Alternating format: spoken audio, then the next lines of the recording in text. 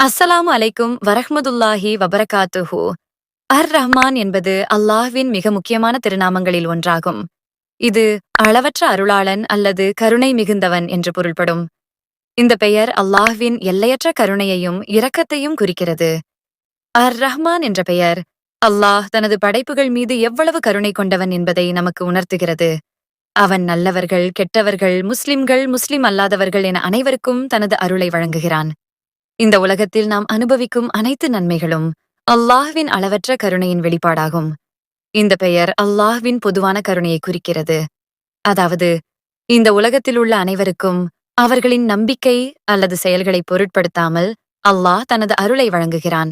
உதாரணமாக, சூரியன் உதிப்பது, மழை பொழிவது, உணவு கிடைப்பது போன்றவை அல்லாஹ்வின் பொதுவான கருணையின் அடையாளங்களாகும். ரஹ்மான் என்ற பெயர் அல்லாஹ் நம்மீது எவ்வளவு அன்பு கொண்டவன் என்பதை நமக்கு உணர்த்துகிறது. அவன்மை நம்மை படைத்து நமக்கு தேவையான அனைத்தையும் வழங்குகிறான். நாம் அவனிடம் பாவ மன்னிப்பு கேட்டால் அவன் நம்மை மன்னிக்கவும் தயாராக இருக்கிறான். சுருக்கமாக ரஹ்மான் என்பது அல்லாஹ்வின் அளவற்ற கருணையையும் இரக்கத்தையும் குறிக்கும் ஒரு அழகான திருநாமமாகும். இந்த பெயர் நமக்கு அல்லாஹ்வின் மகத்துவத்தையும் அவன் நம்மீது கொண்ட அன்பையும் உணர்த்துகிறது. ரஹீம் என்பதும் அல்லாஹ்வின் மிக முக்கியமான திருநாமங்களில் ஒன்று.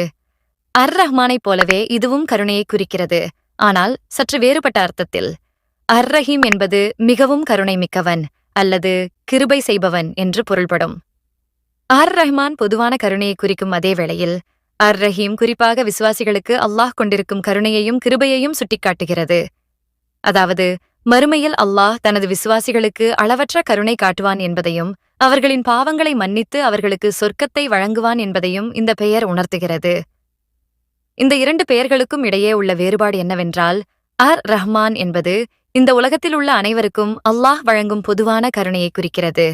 அதே சமயம் ரஹீம் என்பது விசுவாசிகளுக்கு மறுமையில் அல்லாஹ் வழங்கும் பிரத்யேகமான கருணையையும் கிருபையையும் குறிக்கிறது. உதாரணமாக, சூரியன் உதிப்பது, மழை பொழிவது போன்றவை ரஹ்மானின் வெளிப்பாடுகள். ஆனால் சொர்க்கம் என்பது ரஹீமின் வெளிப்பாடாக கருதப்படுகிறது. சுருக்கமாகச் சொன்னால், ரஹீம் என்பது அல்லாஹ் விசுவாசிகளுக்கு மறுமையில் காட்டவிருக்கும் அளவற்ற கருணையையும் கிருபையையும் குறிக்கும். இது ஒரு சிறப்பு வாய்ந்த திருநாமம். இது விசுவாசிகளுக்கு ஒரு நம்பிக்கையையும் ஆறுதலையும் அளிக்கிறது. மலிக் என்பது அல்லாஹ்வின் அழகான திருநாமங்களில் ஒன்றாகும்.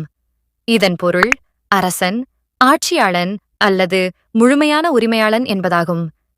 இந்த பெயர் அல்லாஹ்வின் இறையாண்மையையும் அதிகாரத்தையும் மற்றும் எல்லாவற்றின் மீதும் அவனுக்கு இருக்கும் முழு கட்டுப்பாட்டையும் குறிக்கிறது. மலிக் என்ற பெயர் அல்லாஹ் இந்த பிரபஞ்சத்தின் உண்மையான அரசன் என்பதை நமக்கு உணர்த்துகிறது. அவன் மட்டுமே ஆட்சி செய்பவன், அதிகாரம் செலுத்துபவன் மற்றும் எல்லாவற்றிற்கும் உரிமையாளன். அவன் யாரையும் சார்ந்திருக்கவில்லை, ஆனால் அனைத்தும் அவனை சார்ந்திருக்கின்றன. அவனுடைய அதிகாரம் எல்லையற்றது, அவனுடைய கட்டளைகள் மீற முடியாதவை. இந்த பெயர் அல்லாஹ்வின் மகத்துவத்தையும் வல்லமையையும் நமக்கு உணர்த்துகிறது. அவன் இந்த உலகத்தையும் அதிலுள்ள அனைத்தையும் படைத்து பரிபாலித்து நிர்வகித்து வருகிறான். அவன் நீதி செலுத்துபவன், அவன் அன்புள்ளவன், அவன் கருணை மிக்கவன். அவனுடைய ஆட்சி நீதியானது, அவனுடைய தீர்ப்புகள் சரியானவை. மலிக் என்ற பெயர் அல்லாஹ்விற்கு கீழ்ப்படிய வேண்டியதன் அவசியத்தையும் நமக்கு உணர்த்துகிறது. நாம் அவனது படைப்புகள். அவன் நம்மை படைத்து நமக்கு உணவளித்து நம்மை பாதுகாக்கிறான்.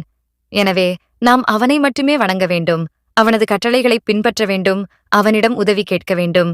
குத்தூஸ் என்பது அல்லாஹ்வின் அழகான திருநாமங்களில் ஒன்றாகும். இதன் பொருள் மிகவும் பரிசுத்தமானவன், குறைபாடுகள் இல்லாதவன் அல்லது அனைத்து குறைபாடுகளிலிருந்தும் தூய்மையானவன் என்பதாகவும். அல்லாஹ் எந்தவிதமான குறைபாடுகளோ மாற்றங்களோ அல்லது தேவைகளோ இல்லாத முழுமையான பரிபூரணத்துவத்தைக் கொண்டவன். அவன் தனது படைப்புகளில் இருந்து முற்றிலும் வேறுபட்டவன். அவன் காலமற்றவன், எல்லையற்றவன் மற்றும் குறைவற்றவன். நாம் அவனை வணங்கும்போது அவன் எவ்வளவு பரிசுத்தமானவன் என்பதை மனதில் கொள்ள வேண்டும். அவனது புனிதத்துவத்தை மதித்து அவனை புகழ்ந்து அவனிடம் பாவ மன்னிப்பு கேட்க வேண்டும். சுருக்கமாக, குத்தூஸ் என்பது அல்லாஹ் குறைபாடுகள் இல்லாத மிகவும் பரிசுத்தமானவன் என்பதை குறிக்கிறது. இது அல்லாஹ்வின் மகத்துவத்தையும் தூய்மையையும் வலியுறுத்தும் ஒரு முக்கியமான திருநாமமாகும். என்பது அல்லாஹ்வின் மிக அழகான திருநாமங்களில் ஒன்றாகும். இதன் பொருள் சாந்தி அளிப்பவன், சமாதானத்தை வழங்குபவன் என்பதாகும். அஸ்ஸலாம் என்ற பெயர் அல்லாஹ் அமைதியை விரும்புபவன் என்பதையும் அமைதியை நிலைநாட்டுபவன் என்பதையும் நமக்கு உணர்த்துகிறது. அவன் சண்டைகள், குழப்பங்கள் மற்றும் வன்முறையை வெறுக்கிறான். அவன் தனது படைப்புகள் மத்தியில் அமைதியும் சமாதானமும் நிலவ வேண்டும் என்று விரும்புகிறான். இந்த பெயர் அல்லாஹ்வின் பரிபூரணத்துவத்தையும் குறைபாடுகள் இல்லாத தன்மையையும் குறிக்கிறது. அவன் எந்தவிதமான குறைபாடுகளோ பலவீனங்களோ அல்லது தேவைகளோ இல்லாதவன். சலாம் என்ற பெயர் அல்லாஹ் நமக்கு அமைதியையும் சாந்தியையும் வழங்குகிறான் என்பதையும் நமக்கு உணர்த்துகிறது. நாம் அவனை வணங்கும்போது அவனிடம் அமைதிக்காக பிரார்த்திக்க வேண்டும். அவன் நமக்கு மன அமைதியையும் உடல் ஆரோக்கியத்தையும் மற்றும் வாழ்க்கையில் மகிழ்ச்சியையும் தருவான். சொர்க்கத்தில் விசுவாசிகள் சலாம் என்ற வாழ்த்தை பெறுவார்கள். இது அல்லாஹ்வின் சாந்தியின் மற்றும் பாதுகாப்பின் அடையாளமாக இருக்கும். சுருக்கமாக சலாம் என்பது அல்லாஹ் அமைதியை விரும்புபவன், அமைதியை வழங்குபவன் மற்றும் குறைபாடுகள் இல்லாதவன் என்பதை குறிக்கிறது. முஹைமின் என்பது அல்லாஹ்வின் மிக அழகான திருநாமங்களில் ஒன்றாகும். இதன் பொருள் பாதுகாப்பவன், கண்காணிப்பவன் அல்லது அனைத்தையும் மேற்பார்வையிடுபவன் என்பதாகும். இந்த பெயர் அல்லாஹ்வின் பாதுகாப்பு, கண்காணிப்பு மற்றும் எல்லாவற்றையும் பற்றிய அவரின் முழுமையான அறிவை குறிக்கிறது. முஹைமின் என்ற பெயர் அல்லாஹ் தனது படைப்புகளை பாதுகாத்து கண்காணிக்கிறான் என்பதை நமக்கு உணர்த்துகிறது. அவன் எல்லாவற்றையும் கவனிக்கிறான். எதுவும் அவனிடமிருந்து மறைக்கப்பட முடியாது. அவன் நம்முடைய செயல்களையும் எண்ணங்களையும் மற்றும் ரகசியங்களையும் அறிந்தவன். இந்த பெயர் அல்லாஹ்வின் அதிகாரத்தையும் கட்டுப்பாட்டையும் குறிக்கிறது. அவன் எல்லாவற்றையும் கட்டுப்படுத்துகிறான். அவன் விரும்பியதைச் செய்கிறான். அவனுடைய அதிகாரம் எல்லையற்றது. அவனுடைய அறிவு முழுமையானது. முஹைமின் என்ற பெயர் அல்லாஹ் நமக்கு பாதுகாப்பையும் நம்பிக்கையையும் வழங்குகிறான் என்பதையும் நமக்கு உணர்த்துகிறது. நாம் அவனை நம்ப வேண்டும். அவனிடம் உதவி கேட்க வேண்டும். அவன் நம்மை கைவிட மாட்டான் என்று நம்ப வேண்டும். அவன் நம்மை தீங்குகளிலிருந்து பாதுகாத்து நமக்கு தேவையான அனைத்தையும் வழங்குவான். இந்த பெயர் குர்ஆன் ஒரு முஹைமின் என்று அழைக்கப்படுவதையும் குறிக்கிறது. அதாவது குர்ஆன் முந்தைய வேதங்களை உறுதிப்படுத்துகிறது மற்றும் பாதுகாக்கிறது. சுருக்கமாக முஹைமின் என்பது அல்லாஹ் பாதுகாப்பவன், கண்காணிப்பவன் மற்றும் அனைத்தையும் மேற்பார்வையிடுபவன் என்பதை குறிக்கிறது. இது அல்லாஹ்வின் பாதுகாப்பு, அறிவு மற்றும் அதிகாரத்தை பற்றிய ஒரு முக்கியமான திருநாமமாகும். முமின் என்பது அல்லாஹ்வின் அழகான திருநாமங்களில் ஒன்றாகும். இதன் பொருள் நம்பிக்கை அளிப்பவன், பாதுகாப்பவன் என்பதாகும். இந்த பெயர் அல்லாஹ்வின் பாதுகாப்பு மற்றும் பாதுகாக்கும் பண்புகளை குறிக்கிறது. முஃமின் என்ற பெயர் அல்லாஹ் தனது அடியார்களுக்கு பாதுகாப்பை வழங்குகிறான் என்பதை நமக்கு உணர்த்துகிறது. அவன் அவர்களை பயத்திலிருந்து பாதுகாத்து அவர்களுக்கு அமைதியையும் நம்பிக்கையையும் அளிக்கிறான். அவன் அவர்களை தீங்குகளிலிருந்து பாதுகாத்து அவர்களுக்கு உதவி செய்கிறான். இந்த பெயர் அல்லாஹ்வின் உண்மையையும் வாக்குறுதியையும் குறிக்கிறது. அவன் தனது அடியார்களுக்கு அளித்த வாக்குறுதிகளை நிறைவேற்றுகிறான். அவன் அவர்களை ஏமாற்ற மாட்டான். அவர்களை கைவிட மாட்டான்.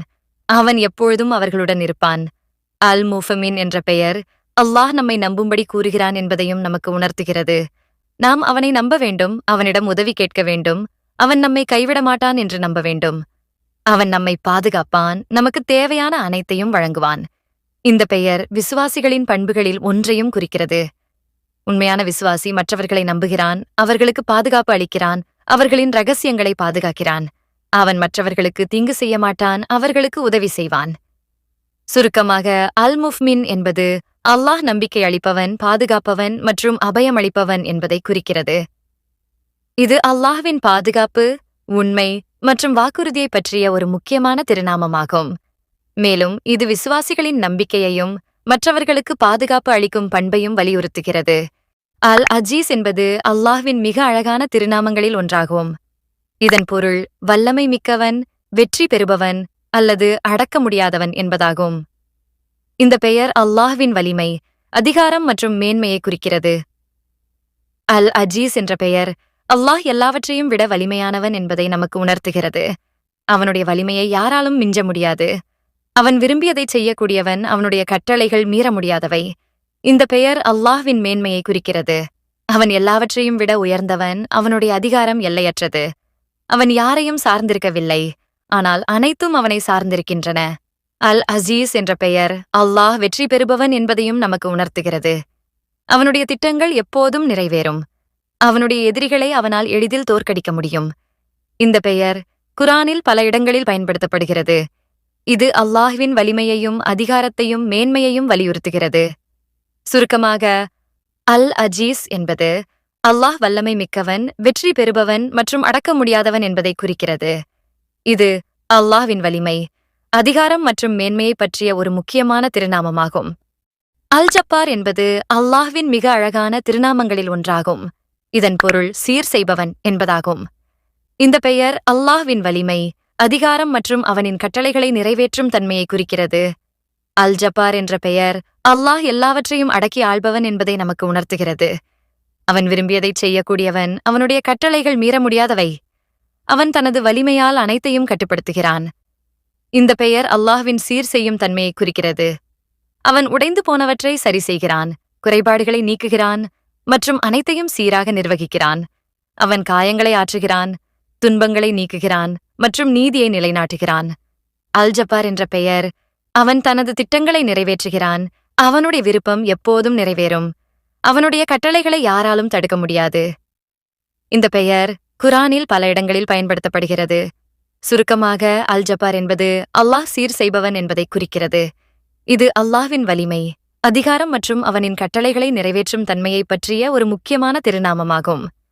இறைத்தூதர் ஸல்லல்லாஹு அலைஹி வஸல்லம் அவர்கள் கூறினார்கள், அல்லாஹ்வுக்கு 100ல் 1 போக 99 திருப்பெயர்கள் உள்ளன. அவற்றை அறிந்து அதன் மீது நம்பிக்கை வைத்து அதை நினைவில் கொள்பவர் சொர்க்கத்தில் நுழைவார் என அபூ ஹுரைரா ரலியல்லாஹு அவர்கள் அறிவித்தார்கள்.